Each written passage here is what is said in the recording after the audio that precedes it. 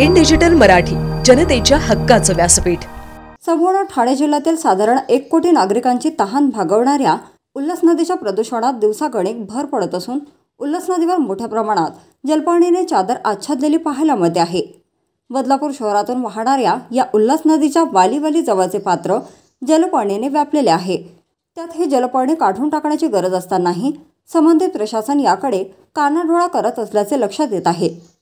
ठाणे जिल्ह्याची जीवनवाहिनी म्हणून ओळखली जाणारी उल्हास नदी म्हणजे जिल्ह्यातील बहुतांश शहरांच्या पाणी पुरवठ्यासाठी उल्हास नदी महत्त्वाची आहे।